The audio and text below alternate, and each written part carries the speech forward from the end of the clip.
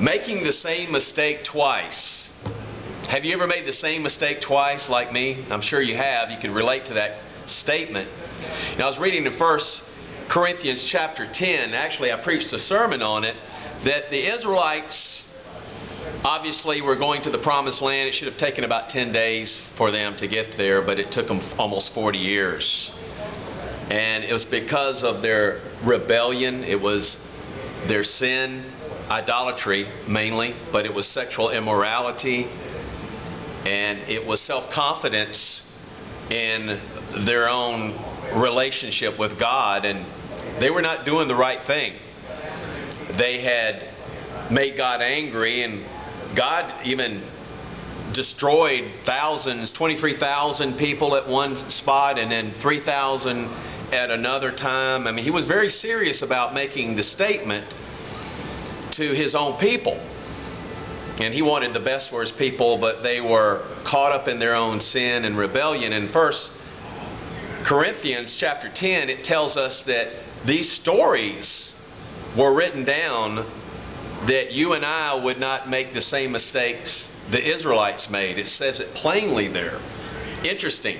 And I don't want to make the same mistakes twice, and certainly I don't want to make the same mistakes that's already been written in the Bible, that the Israelites suffered for their disobedience, their idolatry, sexual immorality, and God took care of them.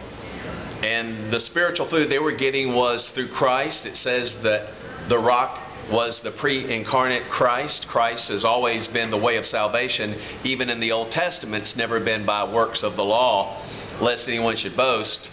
But this 1 Corinthians chapter 10, the first 13 verses are really fascinating. I don't want to make the same mistakes that the Israelites made, and it's mapped out plainly in this scripture. So hopefully this finds you encouraged that you and I, because of the Bible, don't have to make the same mistakes twice, and certainly don't have to make the same mistakes that the Israelites made in their journey to the promised land. So hopefully this message finds you encouraged, finds you in the Word. Do the best you can.